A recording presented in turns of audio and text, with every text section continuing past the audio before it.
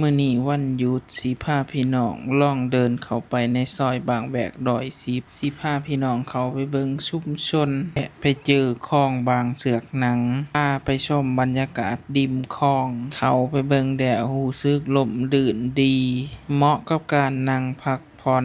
ชิลๆมาเฮ็ดงานอยู่นี่3 ปีบ่เคยมาจักเทื่อสิเป็นจั่งใดนั้นไปเบิ่งนำกันเลยพี่น้องสวัสดีครับทุกคน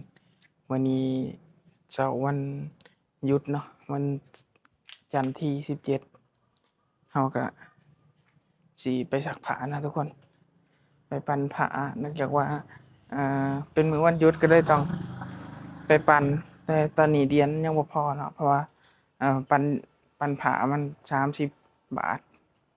แต่เฮามีเหรียญ10แค่20บาทเนาะ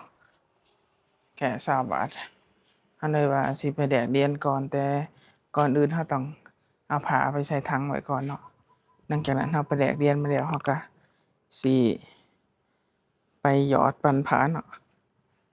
สิพาทุกคนไปเบิ่งการปั่นผ้าสำหรับส่วนตัวคิดว่ามันใช้ชีวิตในกรุงเทพมันบ่ยากเลยเนาะขอแค่เรามีเงินเท่านั้นทุกคนเห็นบ่บรรยากาศก็ดีเดะมื้อนี้บรรยากาศดีแฮง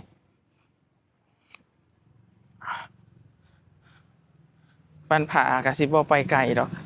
ตอนกลางคืนเราไปปั่นผ้าเรียบร้อยแล้วแต่เราย่างไปพูดไปค่อนข้างไกลตอนนี้เราสิบ่ปั่นไกลเนาะเราสิปั่นอยู่แถวนี้แหละทุกคนนี่เห็นบ่ตู้ซักผ้าแต่เราต้องเลือกเนาะทุกคนเนื่องจากว่าตู้ซักผ้าเขาบางที่มันก็กินเหรียญไปซื่อๆทุกคนมันกินเหรียญมันบ่สามารถปั่นได้เราก็เลยต้องเลือกก่อน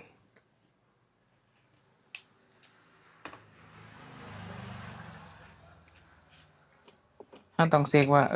ถอดออกมาเบิ่งว่ามีรอยแฟบบ่ถ้ามีรอยแฟบเราสิบ่ปั่นเนาะเพราะว่ามัน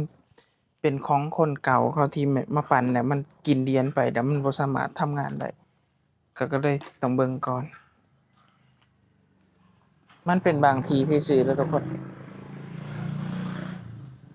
นี่สิเป็นผ้าห่มเนาะทุกคนผ้าห่มบ่ใหญ่ดอกผ้าห่มน้อย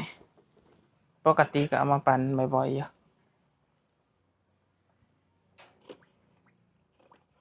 ใส่แฟบเลย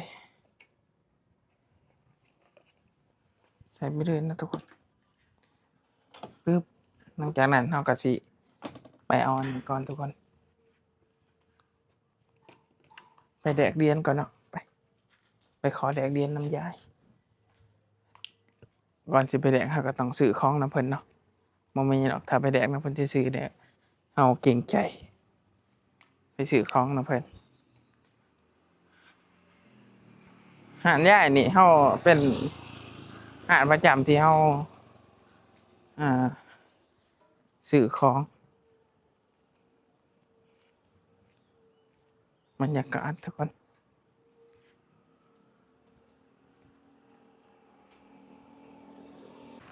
ทุกคน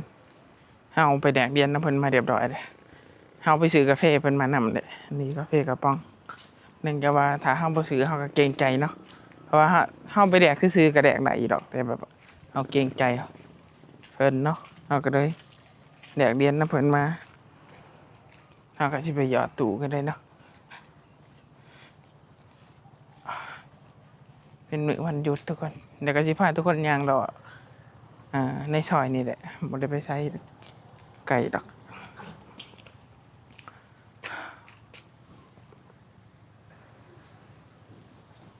หาเหรียญกันทุกคนเอ้ยแบกมาแล้วอ้าวจุกก็บ่เห็น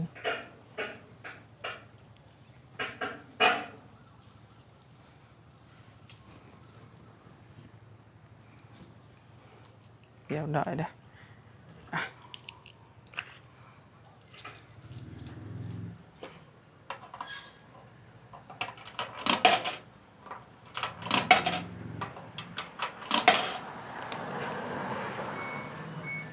อืม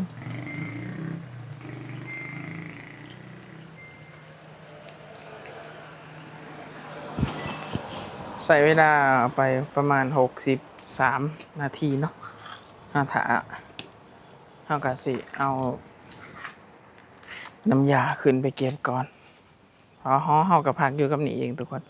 เฮาพักอยู่นี่เองเฮาบ่ได้ไปพักไกลบรรยากาศดีขนาดเห็นบ่ทุกคนบรรยากาศดีได้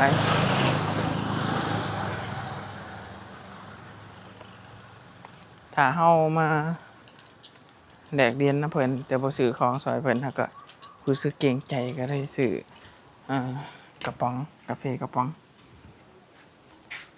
ปกติสินอนนั่นล่ะสิบ่ได้กินดอกมื้อวันหยุดกาแฟกระป๋องแต่มื้อนี้กินเนาะนี่สิพามาเบิ่งหอสันด่างหอสันดุมเนาะ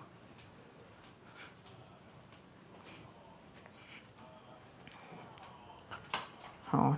นี่ก็สิเป็นห้องหมู่เฮา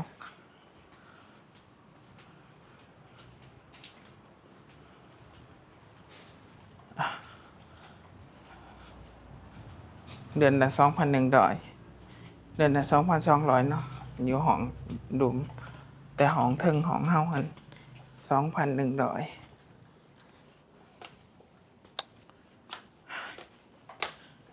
ขอเอาอันนี้ไปไว้กันนะทุกคนหลังจากที่ไปปั่นผ้าเดี๋ยวก็เอาแฟบมาปาไว้ทุกคนเฮาก็สิย่างพาทุกคนไปย่างดอกในซอยนี้แหละในซอยไกลๆนี่แหละบ่เคยย่างไปสุดซอยจักเทื่อเนาะมื้อนี้สิพาทุกคนย่างไปสุดซอยเบิ่งว่าสิเป็นแนวใดสิเจอบ่น้ำบ่เนาะรู้สึกว่ามันปลายซอยสิมีคลองบ่ฮู้ว่าแม่นหรือบ่ขอเช็ก GPS เบิ่งก่อนเนาะเพราะว่าสาเหตุที่บ่กล้าย่างไปก็คือย้านแบบว่าเฮาไปถ่ายเอ่อในซอยอิหยังหั้นนะถ่ายคลิปอิหยังในซอยย้านคนที่เพิ่นอยู่หั้นเพิ่นว่าเนาะเฮาก็เลยบ่อยากกล้าไปถ่ายแในซอยเนาะแต่เฮาอยากไปความหมายเฮาคือเฮาอยากไปแบบว่าไปนั่งเย็นๆอยู่ในคลองน้ำนะเพราะว่าเอ่อเบิ่งใน GPS ว่ามันมีคลองอยู่ในซอยเนาะเฮาก็เลยอยากไปนั่งเย็นๆเบิ่งในหั้นเนาะเพราะว่าอยู่ห้องได้มันก็อึดอัดแม่นบ่ทุกคนนี่แหละสาเหตุที่อยากไปเบิ่งในซอยไปพาไปเบิ่งในซอยกันทุกคนเพราะว่าตั้งแต่มาเฮ็ดงานอยู่นี่ประมาณ3 ปีกว่าก็บ่เคยได้ย่างเข้าไปซอยบางแวก110จนสุดซอยจักเทื่อเนาะทุกคนมื้อนี้เฮาก็ได้มีโอกาสอยากลองย่างอ่าเข้าไปเบิ่งข้างในซอยบางแวก110ว่าสิเป็นแนวใดเนาะ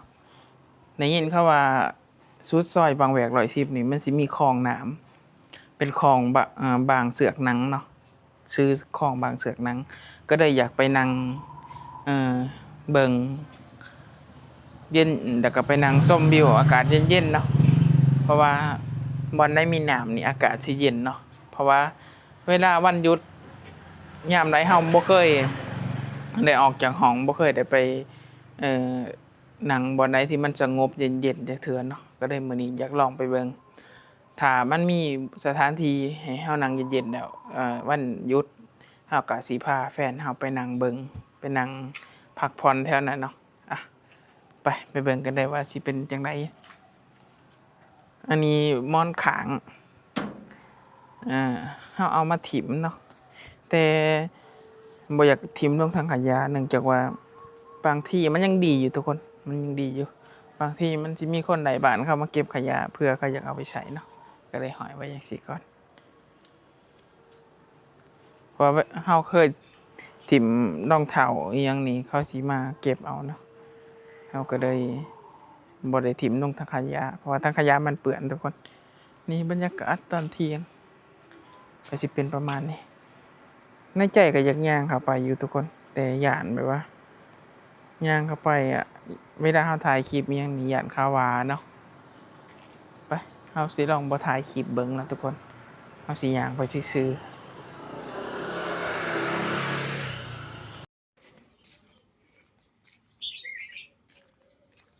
ตอนนี้เฮาก็ย่างเข้ามาในซอยบางแวก110แล้วนะทุกคนเฮาสิย่างสุดซอยไป มาเบิ่งกันว่าสิเป็นจังไดในซอยเนาะเพราะตั้งแต่มาเห็นงานอยู่ในประเทศไทย3 ปีกว่านี่ก็บ่เคยย่างเข้าไปในซอยนี้จักเทื่อนะทุกคนมื้อนี้สิลองย่างเข้าไปในซอยเบิ่ง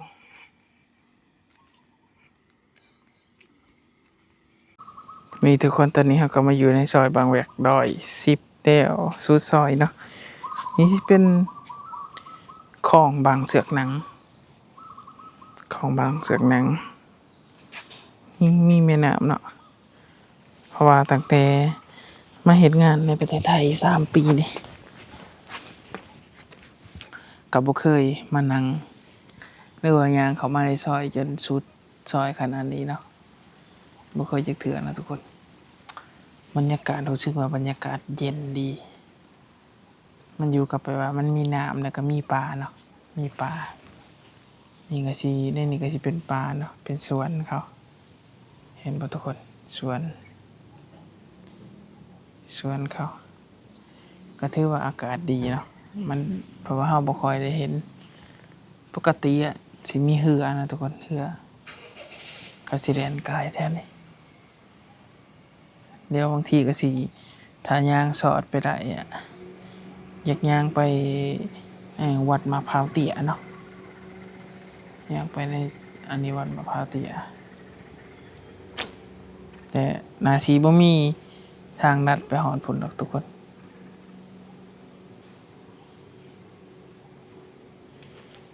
บรรยากาศบรรยากาศดีว่ะมีป่านำอีกทุกคนมีป่าเฮามักบรรยากาศแบบนี้เนาะมักบรรยากาศแบบนี้บรรยากาศนำคลองแบบสมัยก่อนน่ะเฮาเห็นแบบเฮาเบิ่งในละครเนาะในละครในหนังที่เพิ่นขายของในเรือในตลาดน้ำนะเฮาเห็นแต่ในโทรทัศน์เฮาอยากมาเบิ่งตัวจริงบ่ฮู้ว่าอยู่ไสเนาะเพิ่นเปิดตลาดขายของในน้ำอะถ้าไผฮู้ก็คอมเมนต์บอกได้เลยทุกคนอยากเห็นบรรยากาศแบบนั้นอยากถ่ายเก็บไว้เป็นความทรงจำนะทุกคนเพราะว่าตอนยังน้อยเฮาเห็นแต่ในโทรทัศน์ที่เพิ่นพายเรือขายของอิหยังแต่ตัวจริงเฮาบ่เห็นนะทุกคนบรรยากาศดีแฮงมีต้นไม้ร่มรื่นดีทุกคนมีนกอีกนะแต่บ่ฮู้ว่าท่าอิหยังเนาะเฮาก็สิเดินทางกลับแล้วทุกคนเพราะว่าเฮาย้านแบบมีเจ้าของอิหยังเนาะเฮาบ่ฮู้ว่าเพิ่นห่วงหรือบ่ห่วงเฮาก็ได้สิเดินทางกลับแล้วนี่เห็นบ่ทุกคนมันร่มรื่นดีคือหยังร่มรื่นดีมีต้นบักหางยูงนำนะบ่ฮู้ว่าที่ดินผู้ใดอันนี้ก็ถ้าอันนี้ก็ขอโทษขออภัยนำเด้อทุกคนถ้าเป็นที่ดินของไผเพราะว่าอยากย่างมาเบิ่งซื่อๆอยากย่างมาเบิ่งซอยซื่อๆเนาะนี่ทุกคนหลังจากที่กลับมาจากย่างเลาะซอยบางแวก110แล้วก็สิพาไปเบิ่งบรรยากาศโอ้โฮรู้สึกว่ามุมนี้คือสุดยอดแฮงทุกคนเห็นบ่มุมนี้คือสุดยอดงามได้หลังจากนั้นก็เข้าหอบ่ได้บัดนี้ ลืมเอากุญแจมาไปเบิ่งไปเบิ่งอันนั้นให้แฟนก่อนผ้าปูที่นอนที่เฮาไปซักผ้าห่มนะไปเบิ่งผ้าห่มที่เฮาไปซักก่อนว่าเดี๋ยวแล้วบ่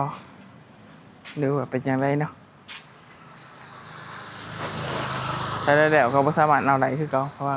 บ่มีกุญแจห้อง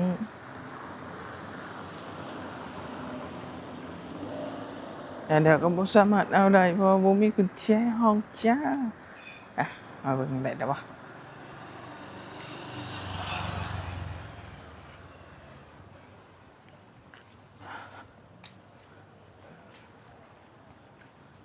ยัง23 นาที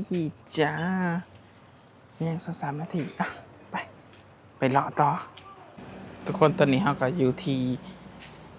ซอยวัดมะพร้าวเตี้ยนะเรามาซื้อกาแฟให้แฟนเรากาแฟก็คือนี่ถุงหนึ่ง30 บาททุกคน แฟนบอกว่าถามมาแต่ซื้อของก็มาซื้อกาแฟให้แน่เนาะก็ได้มาซื้อให้แล้วก็สิกลับไปห้องไปหาพักผ่อนเนาะเดี๋ยวก็ช่วงแดงก็สิออกมาใหม่แต่ก็บ่ฮู้ว่าสิออกไปไสเนาะไปตลาดบางทีก็สิย่างไปโลตัสเนาะไปซื้อของสดมาเก็บไว้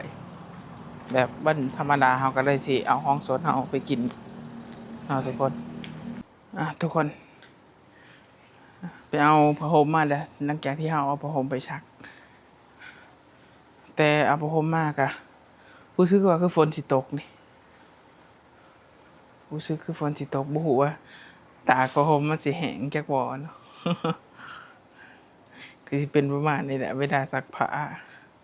ผ้าห่มก็หนาซะด้วย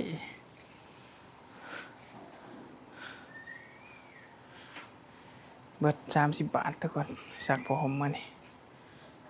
สำหรับคลิปนี้ก็จบเพียงเท่านี้เนาะฝากทุกคนกดไลค์กดแชร์กดติดตามในเด้อถ้าทุกคนมักคลิปสายใช้ชีวิตประจำวันเนาะแล้วถ้ามีโอกาสกลับไปถ่ายคลิปอยู่ประเทศดาวให้เบิ่งพาไปเบิ่งวิถีชีวิตอยู่ดาวเนาะสำหรับคลิปนี้จบเพียงเท่านี้เนาะสวัสดีครับบ๊ายบาย